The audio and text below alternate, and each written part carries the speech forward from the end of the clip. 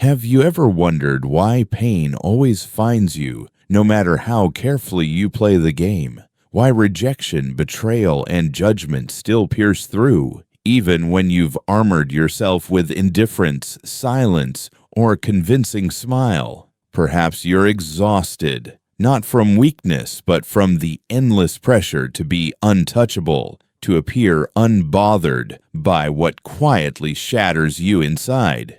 You're tired of being the strong one, the stable one, when all you crave is a moment, just one moment, to stop performing and simply breathe. But let me tell you what no one dares to say aloud. As long as you try to outrun pain, pain will rule your life. As long as you numb, hide, or pretend, you will remain a puppet, strung up by every word that wounds, every silence that stings, every action that betrays. And no, this isn't weakness. This is the common prison of the human condition. The only difference is, some people wear their masks better. Carl Jung, one of the sharpest minds to dissect the soul, once said, "We are not what happens to us, but what we choose to become." That single sentence holds the key. Power isn't about becoming ice cold. It isn't about detachment or playing the part of the unbreakable. True power is integration, dragging what haunts you in the shadows into the light. Because real strength is not the absence of pain, but the mastery of yourself while you are still bleeding. If you're still listening, it's not by accident. This message is for you. The one who feels like the world keeps hitting you in ways you can't explain. The one who always seems to be at an emotional disadvantage, as if others hold some secret power that you weren't born with. But it doesn't have to stay that way. You can take that power back. Yet to do so, you must first confront truths you've spent a lifetime avoiding. And yes, they may hurt. But this time, pain won't destroy you. This time, pain will liberate you. Let's begin. You think what hurts you lives in the world, in careless words, in betrayals you didn't deserve, in the way people leave without warning. But here's the brutal truth. None of these things can truly harm you unless there's already a wound inside you. What destroys you is not what others do. It's what their actions awaken in you. The buried story, the childhood scar, the silent ache you never dared to name. It's the mask you wear so convincingly. The one painted with pride, with perfection, with the desperate need to appear unshaken. Jung shows us that pain from the outside is only a mirror, reflecting the war still raging within. This is why some men walk through ruin with clarity, while others break under a single glance. It's not about what happens to you. It's about where it lands. And here's where it gets uncomfortable. You still suffer because deep down, you believe if you're just good enough, smart enough, strong enough, you can earn immunity from pain. You believe you can control how the world treats you, but Machiavelli would tell you, control is a lie. And as long as you cling to it, suffering will be your only certainty. You see, as we discussed before, your pain isn't caused by the world. It's caused by where the world hits something unresolved inside you. And the more you try to control life to avoid pain, the more imprisoned you become by it. When you cling to control, you live in constant anticipation, always on edge, trying to predict the unpredictable, trying to dodge the inevitable blow. You want to stop suffering, then stop shielding yourself from it. It sounds counterintuitive, doesn't it? But what you need is not greater control. It's deeper awareness. As long as you demand others to change so you can finally feel peace, you will remain enslaved by their choices. Your freedom doesn't begin with them. It begins the moment you realize Nothing external can truly hurt you unless it finds something vulnerable within you. That's where the true battlefield lies, not in the world outside, but deep in the territory you rarely explore, the unconscious. It is everything you don't see, don't understand, and don't master. And make no mistake, what you do not master will master you. This is the battleground of transformation. And in the next chapter, we will go even deeper. So prepare yourself, because what lies beneath is not soft, not easy, but it is the key to change. If this resonates with you, consider subscribing to the channel. Your support fuels content that cuts to the core. Now listen carefully. The biggest lie you've ever been told? That you are in control of your life. Wake up. You're not. Not while you're running on autopilot, reacting without knowing why, feeling emotions without tracing their roots, making choices you later sabotage. Carl Jung put it bluntly, until you make the unconscious conscious, it will direct your life, and you will call it fate. And that is what's happening to you right now.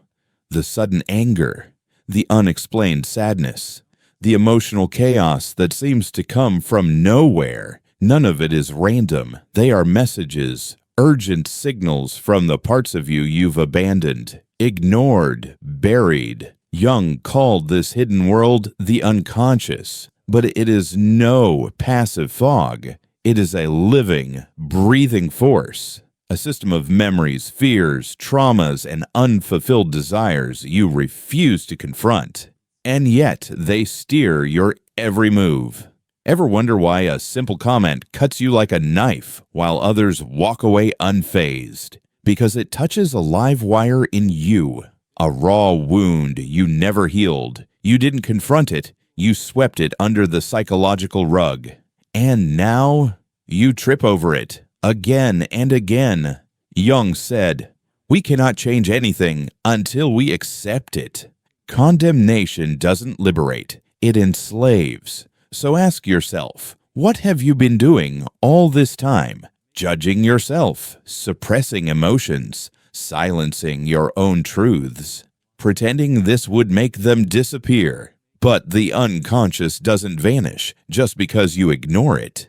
It mutates. It hides in toxic relationships you keep repeating, in habits that sabotage your progress, in sudden anxiety that rises when life seems fine. This isn't bad luck.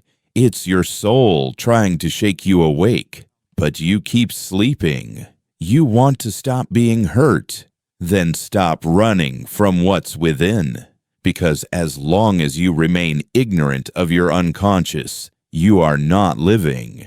You are being lived. And ironically, the more you try to shield yourself from outside pain, the more vulnerable you become to internal collapse. But there is a way out. And it isn't through resistance, it's through integration. To become untouchable is not to fight the world. It is to know yourself so deeply that the world can no longer deceive you. This is not armor. This is power. And in the next section, we will explore what it truly means to become unshaken.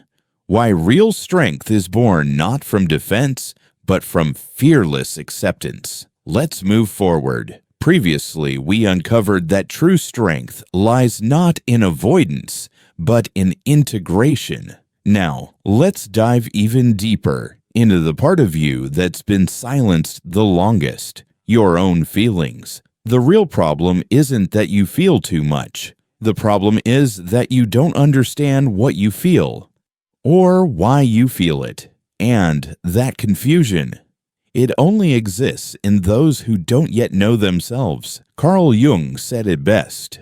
Know all the theories, master all the techniques, but when you touch a human soul, be just another human soul.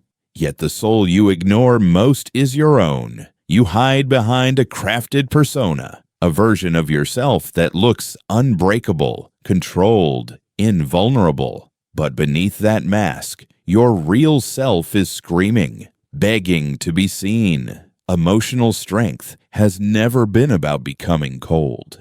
It has nothing to do with ignoring pain, avoiding conflict, or pretending you don't care.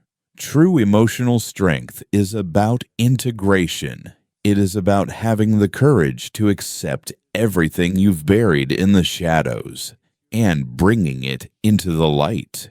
You don't become untouchable by distancing yourself from the world. You become untouchable the moment you realize nothing can hurt what you've already embraced.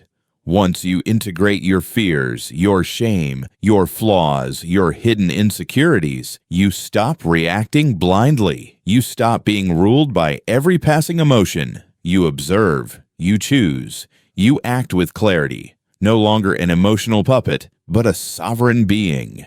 That is real freedom. Jung called this process individuation, becoming who you truly are, not what others expect. Not what you perform to be accepted, but what genuinely arises from the union of light and shadow, of ego and unconscious.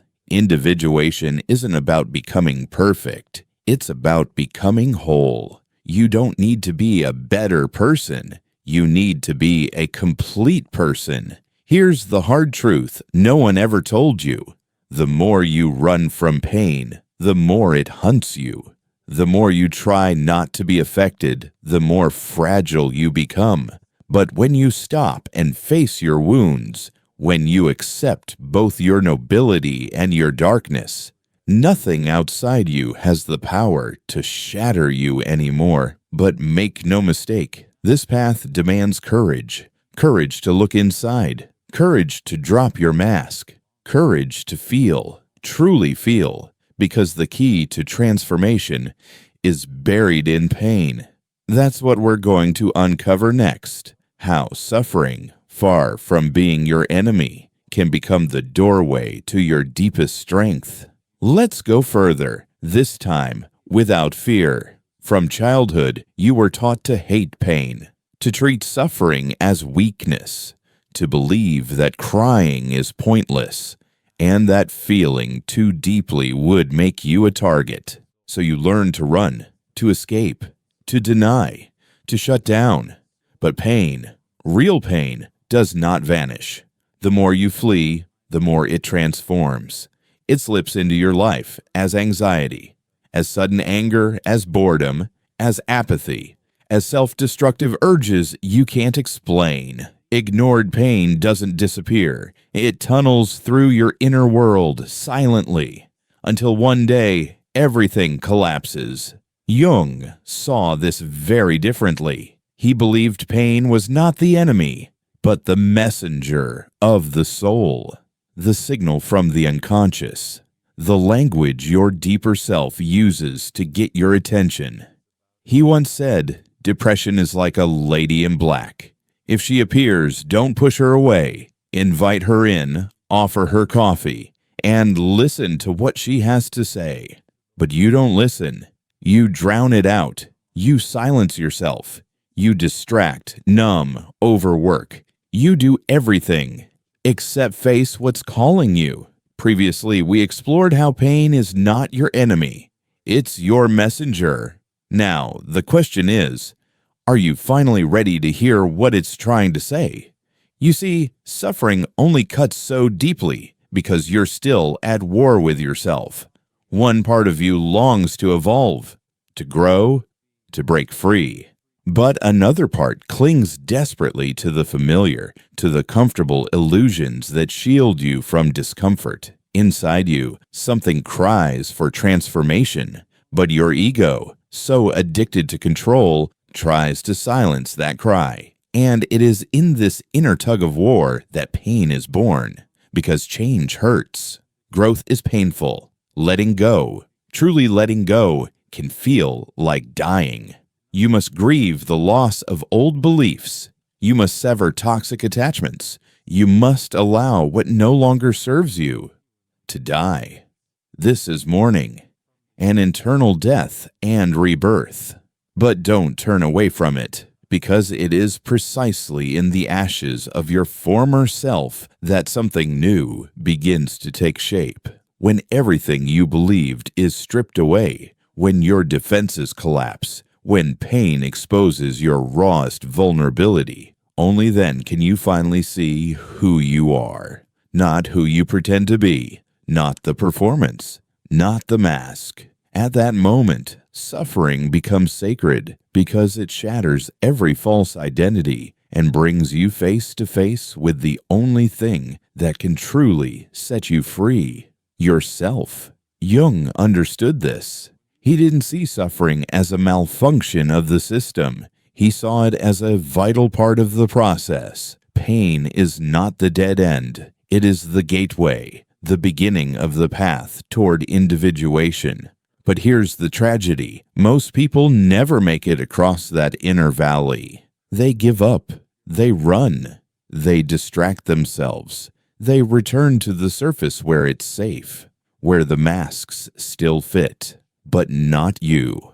If you've come this far, it's because you're ready to cross.